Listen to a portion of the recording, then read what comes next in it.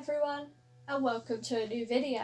As the title suggests, I'm going to be making a dress from Game of Thrones, specifically the blue gown worn by Daenerys Targaryen while she's in Qarth. This is only the first part of the process, which involves the making of the belt and shoulder straps and fabric painting. So I started by making the shoulder straps and belt, but that was mainly because the blue chiffon hadn't arrived yet for the dress. Before starting, I drew out the design on tracing paper with the hot glue. I chose baking paper because it was on hand, but any wax paper can be used. It allows the glue to be peeled away from the paper once dry. First, I created a thick bar at each end of the belt to try and make it sturdier before moving on to tracing the patterns of the belt in hot glue.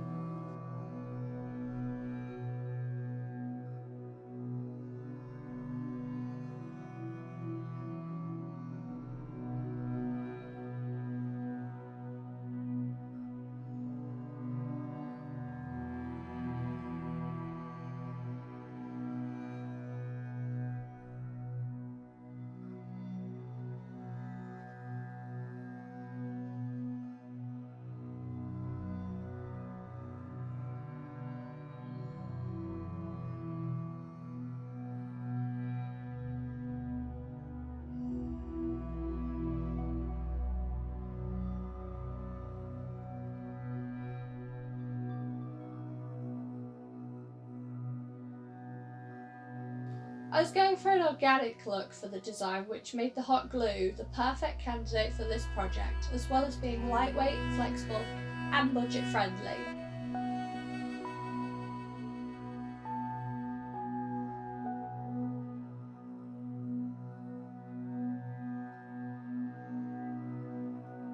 I continued to trace, which took a long time, but while editing it was quite satisfying watching it go 3 times faster than in reality, especially when I jumped to a later time.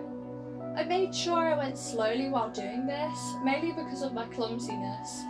In the end, while doing the belt, I managed to burn myself with the glue gun about 4 times, which for me is quite good. My hand definitely started cramping not that far into the process, but being stubborn, I decided I didn't want to stop because the glue would be stronger if it all dried together, rather than stopping and starting.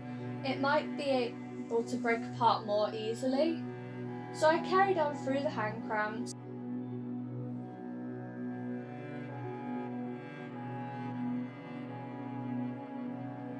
Around the centre of the belt, I do have to give credit to my boyfriend, as he did help me hot glue gun a few rows of the pattern while I rested my hand, but then he gave up soon after because he was bored. But nevertheless, I was still very thankful considering how much my hand was hurting. Just a quick side note while I'm gluing, I have been told that in my last video I sounded posh, which I'm definitely not in reality. Perhaps it's like when you put on that classic British telephone voice when you pick up the phone to an unknown number. Surely it's not just me, but nevertheless, I'm trying to sound like my normal common self with a more cheerful, less robotic voice, which apparently I had to. Oh well. It is my first time doing the whole filming process, and to be honest with you, I hate the sound of my voice on recordings. Anyway, moving on, I thought to fill in the time where I have no further commentary to the tasks I'm doing, I thought it would be good to spout out some facts about the Mother of Dragons and her dress and the info on the designers behind this. Number 1. First of all, the most obvious fact is that Emilia Clarke plays Daenerys Targaryen in the Game of Thrones TV programme. I think she's an amazing actress, and I'm sure all of you can agree that she definitely pulls off all the outfits that the costume designers make her. Number 2. Michelle Clapton is the lead costume designer on set for all of the outfits, right up until season 6 when she left. Number 3. In the blue dress I am recreating the accessories with filigree rather than glue because they clearly had a much bigger budget than me. Number 4. It is possible that the fabric for the blue Qarth dress was made from scratch. Clapton was quoted in the Los Angeles Times saying that 99% of the costumes were made in-house in Belfast. We have everything on site: our armourers, our weavers, and our embroiderers. We weave our own fabric with our loom. Many of the fabrics are literally made from scratch. Number 5. Clapton was nominated for the Primetime Emmy Award for Outstanding Costumes for all 5 seasons of Game of Thrones, which she worked on. And she won twice, for Season 2, which is where Daddy's dress made its first debut that we're making, and then Season 4. Number 6. All of the dresses created for Daenerys has a hidden meaning or reflects what situation she's in at the time. At the beginning, she was often seen in sheer, light-coloured dresses to reflect her innocence. Then, after being sold to Khal Drogo by her brother, she adapted to the Dothraki's leather-clad warrior style.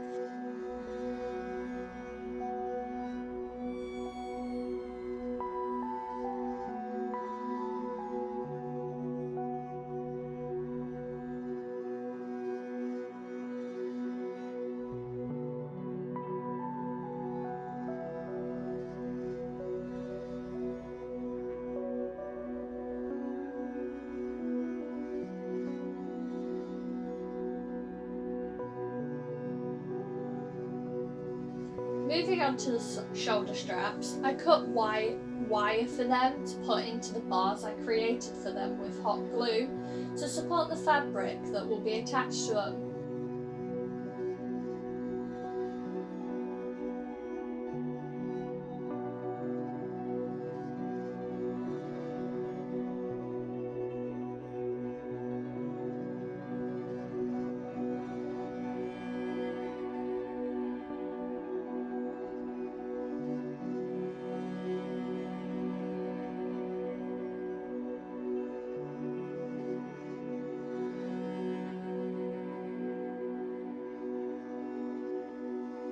I also put an extra line of glue in the middle of the bar to try and help strengthen it slightly. Fingers crossed that will be enough, because I don't yet know while doing this voiceover whether it works. But then I continue in the same fashion as I did for the belt when tracing the pattern.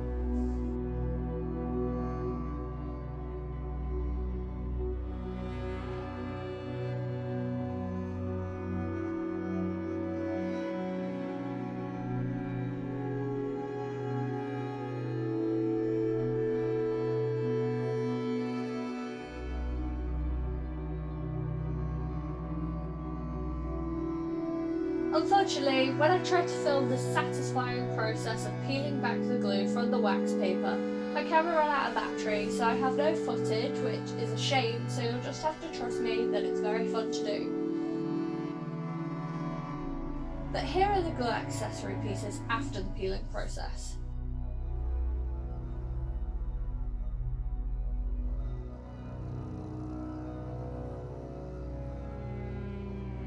My blue chiffon finally came through the post, as well as the beads, which came in 3 packs according to the colours.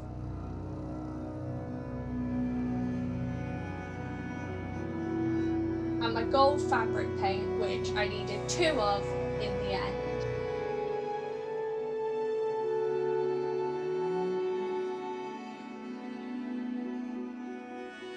Next was the fun task of spray painting the accessories, which I had to do outside on some leftover cardboard from my online shopping addiction during the whole pandemic.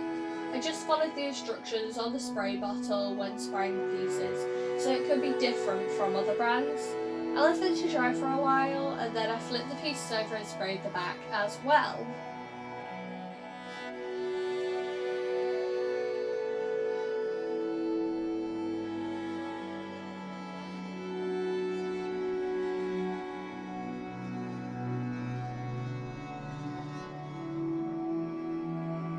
Now watch as the shoulder straps magically appear from the magazine as I spray. It's pretty cool.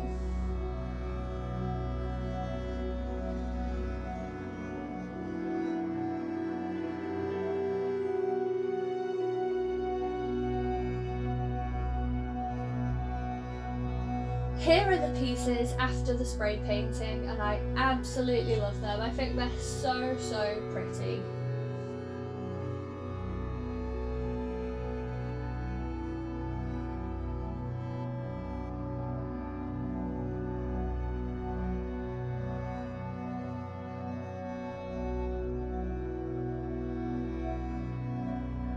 Now I had to move on to painting all 10 metres of the blue fabric chiffon I ordered, which I bought from Cheap Fabrics online. They are really cheap, as the title suggests, but they're still very good quality, so I couldn't be happier.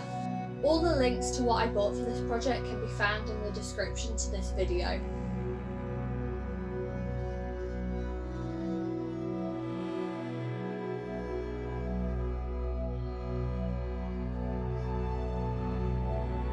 My tactic for painting the fabric was to squeeze the fabric paint out onto paper and use a sponge to gently dab it onto the fabric.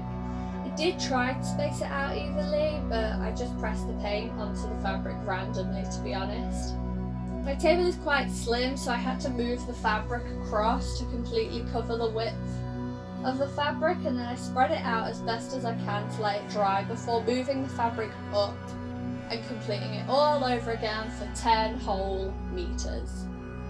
It took a few days to do, but I was so happy when it was finally finished.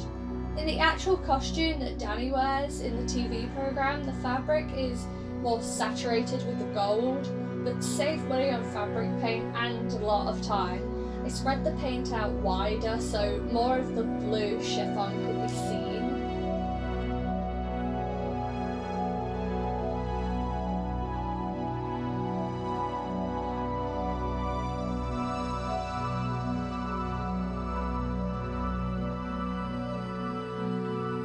Back onto the rest of the facts that I compiled while you watch the tedious process of painting fabric. Number 7. Xaro Xhoan Daxos, I definitely know I'm probably saying that wrong, provides the blue dress she wears during her stay in Qarth. Number 8.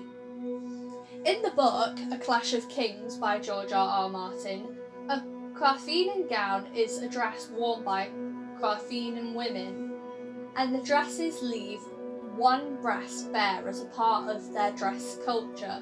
It would have been very interesting, and if not a little distracting, if they had adopted that style on the TV programme, although in my opinion, I think there is enough nudity already in the show without the added extra of breast-bearing gowns in Essos. Number 9. The blue dress Dany wears was one of the last dresses she wears without trousers underneath. Dany is often seen wearing men's fashion because they radiate power. She gradually starts adopting more features of Qartheen men clothing into her own, and a few bits of Dothraki style too. Number 10. She later adapts her Qarth blue dress by expanding the design of the large filigree belt she wears into a bigger version that Qartheen men wear, into a large metal chestplate and gorget? I don't know how to say that word. Nevertheless, extending around her shoulders, much like actual armour.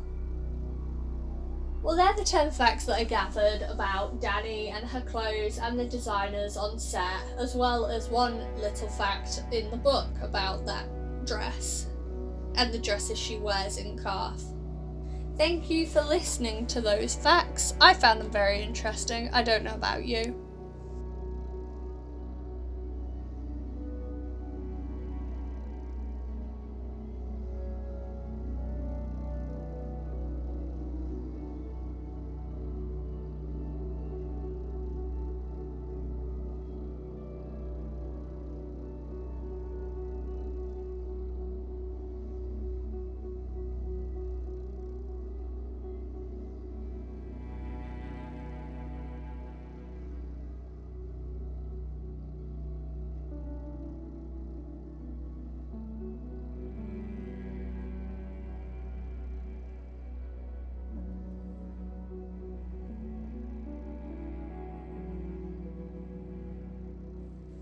So, anyway, that's what I have done with this project so far. I have moved on since then and have been filming the process of the draping, and once the dress is all finished, part 2 of the costume will also be posted. But thank you for watching the process so far. Bye!